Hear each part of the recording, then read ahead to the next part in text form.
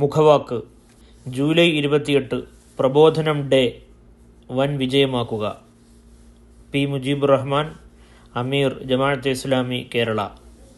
പ്രബോധനത്തിന് ഒരു ചരിത്രമുണ്ട്. മനുഷ്യോൽപത്തിയോളം നീണ്ടുകിടക്കുന്ന ചരിത്രം. മനുഷ്യ സമൂഹത്തിൻ്റെ വികാസ പരിണാമത്തോടൊപ്പം സഞ്ചരിക്കുകയായിരുന്നു അള്ളാഹുവിൻ്റെ ദീൻ. അതിനെ പ്രവാചകന്മാർ മനുഷ്യ സമൂഹത്തോട് പ്രബോധനം ചെയ്തു.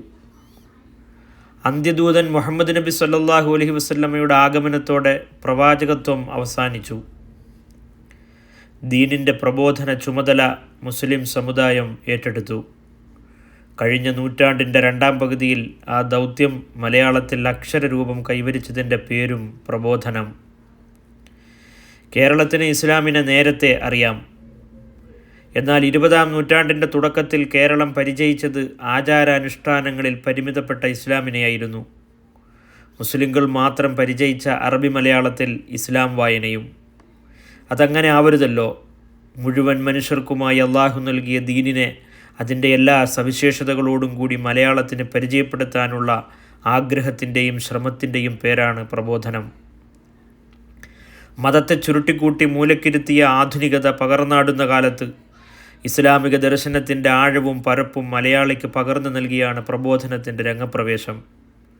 മത, സാമൂഹിക, സാമ്പത്തിക, രാഷ്ട്രീയ മേഖലകളെ ഇസ്ലാമിക പരിപ്രേക്ഷ്യത്തിൽ നിരീക്ഷിക്കുകയും വിലയിരുത്തുകയും ചെയ്ത പ്രബോധനം പൊതുസമൂഹത്തിനും മുസ്ലിം സമുദായത്തിനും പുതിയ ഇസ്ലാം വായനാ അനുഭവം നൽകി. മറ്റെല്ലാ മതങ്ങളെയും പോലെ ഇസ്ലാമും സ്വകാര്യതയ്ക്കിപ്പുറം പ്രവേശിക്കരുത് എന്ന കാഴ്ചപ്പാടുകളെ നിശ്ചിതമായി പ്രബോധനം നിരൂപണം ചെയ്തു. മുതലാളിത്തത്തെയും കമ്മ്യൂണിസത്തെയും ആശയപരമായും പ്രായോഗികമായും പ്രതിരോധിക്കുന്നതിൽ പ്രബോധനത്തോട് കേരളത്തിലെ മുസ്ലിം സമുദായം കടപ്പെട്ടിരിക്കുന്നു എന്ന് നിസ്സംശയം പറയാം.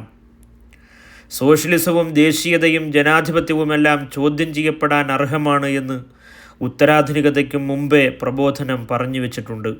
മാത്രമല്ല, അവയെ ഇസ്ലാമിക ചട്ടക്കൂടിനകത്ത് നിന്നുകൊണ്ട് വിശകലനം ചെയ്തപ്പോൾ സമുദായത്തിന് കിട്ടിയ ചിന്താപരമായ ഉണർവും ആത്മവിശ്വാസവും ചെറുതല്ല. ഇസ്ലാം എന്ന ഫ്രെയിമിനുള്ളിലൂടെ ലോകത്തെ കാണാനാവും എന്ന അനുഭവം മുസ്ലിമിന് നൽകുന്ന സ്വാശ്രയത്വത്തെക്കുറിച്ച് ആലോചിച്ചു നോക്കൂ. ആ ആർജവം സമ്മാനിച്ചു എന്നതാണ് ഇതര പ്രസിദ്ധീകരണങ്ങളിൽ നിന്ന് പ്രബോധനത്തെ വ്യത്യസ്തമാക്കുന്നത്. കഴിഞ്ഞ 7 പതിറ്റാണ്ടിലധികം കാലം പുറത്തിറങ്ങിയ പ്രബോധനത്തിൻ്റെ അക്ഷരങ്ങളിലൂടെ സഞ്ചരിച്ചു നോക്കൂ. മുസ്ലിം സമുദായത്തിൻ്റെ ഉത്തമ താൽപ്പര്യങ്ങൾക്ക് വേണ്ടിയാണ് അത് നിലകൊണ്ടത്. മുസ്ലിം ഐക്യത്തിന് വിഘാതമാവുന്ന ഒരു വരിയും അതിൽ നിന്ന് കണ്ടെടുക്കാനാവില്ല. സമുദായത്തിൽ വളരുന്ന തെറ്റായ പ്രവണതകളെ, സംഘടനകളുടെ ശരിയല്ലാത്ത നിലപാടുകളെ പ്രബോധനം വിമർശിച്ചിട്ടുണ്ട്. അതിനു പിന്നിലെ വികാരം തികഞ്ഞ ഗുണകാംക്ഷയായിരുന്നു. സമുദായം അഭിമുഖീകരിച്ച നിർണായക വിഷയങ്ങളിലും നേതൃപരമായ പങ്കുവഹിക്കാനും ആയിട്ടുണ്ട്. പെരുമ പറയുകയല്ല, സന്ദർഭത്തിൻ്റെ തേട്ടത്തിനനുസരിച്ച് പ്രബോധനം അതിൻ്റെ ചുമതല നിർവഹിക്കുകയായിരുന്നു എന്നുണർത്തുക മാത്രം. ആഗോളതലത്തിൽ നടക്കുന്ന ചെറുതും വലുതുമായ സംഭവ വികാസങ്ങൾ മാധ്യമങ്ങൾ നിരത്തുന്ന കേവല വാർത്താവിഭവങ്ങളല്ല, അവയ്ക്ക് പിന്നിൽ ഒരു വ്യവസ്ഥ പ്രവർത്തിക്കുന്നുണ്ടെന്നും അതിനെ ഇസ്ലാമികമായി വിലയിരുത്തുക പ്രധാനമാണെന്നും പ്രബോധനം പഠിപ്പിച്ചു. പ്രബോധനം ആരുടെയും നല്ലൊരു കൂട്ടുകാരനും അധ്യാപകനുമാണ്. അത് ഖുർആൻ പഠിപ്പിക്കുന്നു, നബിവചനം പഠിപ്പിക്കുന്നു, നമ്മുടെ നിത്യജീവിതവുമായി നമ്മെ അത് സംവദിക്കുന്നു, നമ്മുടെ പോരായ്മകളെ ചൂണ്ടിക്കാട്ടുന്നു, ചുറ്റുപാടുകളെക്കുറിച്ച് അറിവ് നൽകുന്നു. വിശ്വാസികൾ ഒരു ശരീരം പോലെയെന്ന് ആണല്ലോ. ലോകത്തെല്ലായിടത്തുമുള്ള വിശ്വാസി സമൂഹവുമായി നമ്മെ അത് കണ്ണിചേർത്ത് നിർത്തുന്നു. മറു ലോകത്തെക്കുറിച്ചും അവിടേക്കായി സമാഹരിക്കേണ്ടതിൻ്റെ ആവശ്യകതയെക്കുറിച്ചും ഉത്ബോധിപ്പിച്ചു കൊണ്ടേയിരിക്കുന്നു.